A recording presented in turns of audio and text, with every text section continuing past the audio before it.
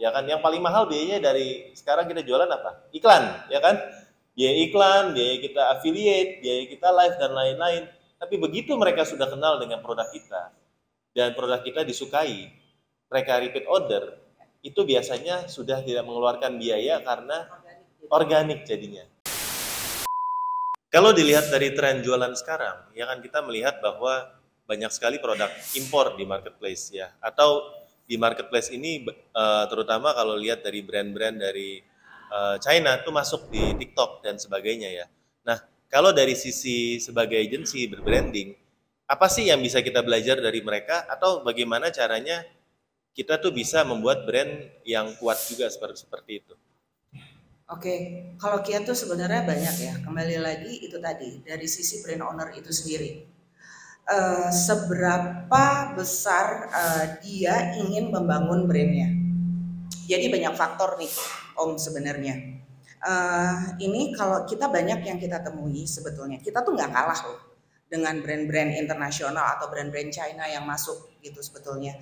Tapi kembali lagi, mereka nomor satu nih, dari brand dari luar yang membedakan dengan kita, satu dari sisi kualitas. Kualitas, oke. Yes, kualitas itu kalau saya bisa bilang di sini kadang-kadang kekurangannya kita itu adalah itu tadi nih, kembali ke yang awal. Pada saat mau menekan kos produksi, akhirnya kualitasnya dikurangin gitu. Atau balik lagi dari sisi QC. Nah, quality control itu diperlukan banget. Nah, di sini memang perlu banget brand owner untuk hands on secara langsung. Karena kembali lagi, produknya, soul-nya brand owner tuh ada di situ loh. Dia yang sangat mengerti. Nah, kebanyakan di sini pada saat baru mulai, brand owner ini nggak mau terjun secara langsung, diserahin aja nih misalkan ke anak buah gitu. Nah, kadang-kadang proses QC itu jadi skip. Nah, akhirnya apa? Ya pada saat diterima oleh end customer, produk-produk yang harusnya defect, yang harusnya tidak keluar, akhirnya diterima. Nah, akhirnya apa? Relate dengan kualitas. Nah, itu yang membedakan. Untuk brand-brand yang dari luar negeri, secara kualitas mereka dan QC mereka itu luar biasa sekali. Gitu. Jadi, itu sih lebih tepatnya. Berarti teman-teman jangan sampai kita mengorbankan kualitas ya demi profit dalam short term ya. Karena kalau jualan di Shopee atau di TikTok sekarang, yang dilihat toko yang sehat itu yang rating atau reviewnya tinggi, 4,8 ke atas. Teman-teman kalau misalnya masih di 4,6, 4,5, ya menurut saya masa depannya itu kurang. Menurut saya, ya memang kan balik lagi kan bilang, oh ya kan saya kan jualnya murah, ya kan wajar dong ya segitu. Ya kompetitor saya juga segitu. Tapi ini rawan banget teman-teman ya. Sebagai sebuah brand untuk bisa berkembang, kecuali kalau teman-teman memang ingin cuma ya cuan dalam jangka waktu pendek dan nggak mempedulikan secara long term bisnis daripada bisnis itu sendiri ya. Kalau mau sustainable, apalagi teman-teman udah branding, itu wajib teman-teman perhatikan dari kualitas supaya salah satunya repeat ordernya itu banyak. Ya, karena kalau orang udah happy, ya orang sudah suka dengan brand kita, mereka nanti repeat order dan itu bisa terlihat di dashboard. Seberapa banyak customer yang repeat order. Karena yang repeat order ini kita nggak perlu mengeluarkan iklan yang baru. Ya kan, yang paling mahal biayanya dari sekarang kita jualan apa? Iklan, ya kan? Biaya iklan, biaya kita affiliate, biaya kita live dan lain-lain. Tapi begitu mereka sudah kenal dengan produk kita dan produk kita disukai, mereka repeat order, itu biasanya sudah tidak mengeluarkan biaya karena organik jadinya. Nah, itu yang penting teman-teman. Gimana caranya kita bisa dapat organik? Karena kita kasih servis yang berkualitas, baik dari sisi produk, baik dari sisi packaging mungkin ya, atau dari sisi layanan kita. Ya, balas chatnya cepat, balas chatnya sesuai, nggak ngawur, kirimnya juga cepat. Nah, itu memang sekarang PR sih sebenarnya. Iya, operasional PR. Betul, sama ditambah ya itu tadi customer experience kan ya. Customer experience. Betul, itu yang sebetulnya banyak kekurangan dari brand owner atau seller di Indonesia ini dari sisi customer experience. Customer experience-nya contohnya kayak gimana nih yang benar-benar satu brand yang mungkin Bu Sierra tuh suka banget? Ya. Kalau contoh apa ya? Jadi mungkin gini deh, saya kasih study case aja gitu. Jadi mungkin brand itu sudah berjalan. Kembali lagi di sini kan yang diperlukan, apalagi nih kalau brand yang sifatnya dia refill atau ya taruhlah skincare, ya kan. Nah, itu kan yang diperlukan satu adalah retention, gitu kan. Nah, bagaimana kita bisa meningkatkan retention atau customer itu repurchase ke produk kita. Nah, di sini customer experience itu diperlukan. Satu, bagaimana kita menyapa mereka kembali pada saat mereka memakai produk kita, dan di situ dari sisi CX atau CRM gitu kan. Nah, kita juga bisa lihat nih, kita bisa tiering customer kita nih, ada tier 1, tier 2, tier 3. Tier 1 mungkin dia yang memang udah purchase lebih dari 3 kali setiap bulan gitu.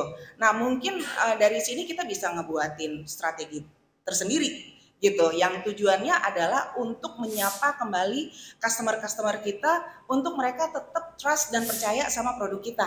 Nah, itu yang kadang-kadang suka lupa. Customer udah beli karena banyak nih, apalagi kalau misalkan seller-seller yang udah customernya ribuan nih, udah banyak. Kadang-kadang suka lupa nih, untuk dicolek lagi. Padahal jangan lupa nih, pada saat kita berhasil nge-build satu brand, diterima oleh market, terus sales kita tinggi, tapi untuk berapa lama itu pertanyaannya. Oh, selalu ada momentumnya. Atau ada umur daripada viralitasnya produk kita. Makanya jangan membuat satu brand atau produk itu viral dulu. Tapi gimana caranya bikinnya lebih sustain gitu. Kalau viral ya itu tadi pertanyaannya. Big questions adalah sampai kapan bertahannya. Nggak kepastinya nih pada saat produk kita laku. Akan ada seller-seller lainnya yang juga dia mikir bahwa ini ada opportunity bisnis. Wah, itu Kompas cepat sekali sekarang. Nah, kenapa gua nggak bikin aja, ya kan?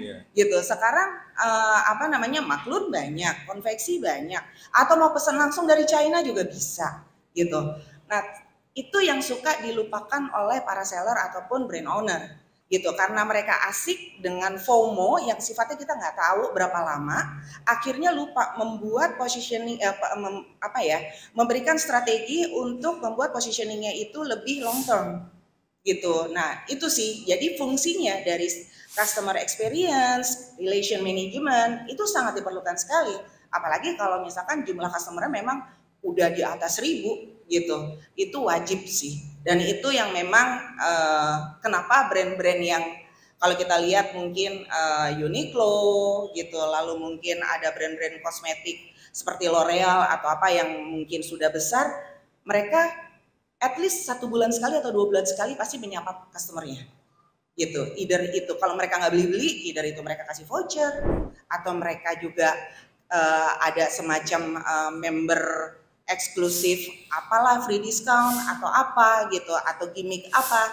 Nah, itu juga diperlukan dan itu juga berhubungan dengan marketing. Jadi memang banyak sekali nih gitu poin-poin yang memang mesti dipikirkan oleh setiap seller ataupun brand owner. Oke, mungkin kalau misalnya dari White Brand ini, kira-kira agensi White Brand ini bisa bantu seller seperti apa? Ya, jadi kalau kita tuh sebenarnya gini.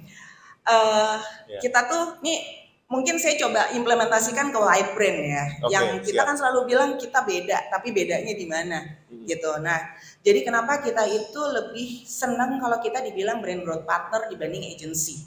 Oh gitu. iya, siap. Betul. Meskipun sebetulnya memang ada beberapa part of service itu mirip dengan agency gitu. Nah, cuman dari kita di sini pasti memberikan strategi berdasarkan analisa market terlebih dahulu. Karena apa? Setiap brand atau seller itu pasti memiliki isu yang berbeda-beda gitu. Yang ada mereka dari online-nya udah oke, penjualannya oke. Pada saat mereka tap in ke offline, ternyata nggak ada yang tahu brandnya.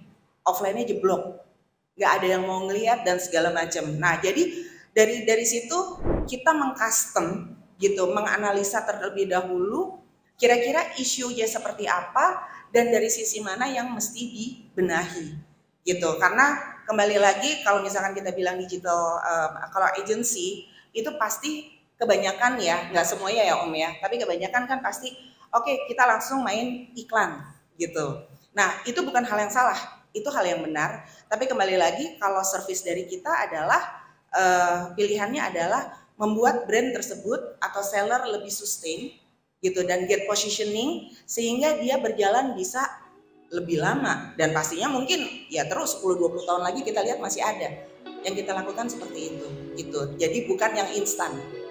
Oke, baik.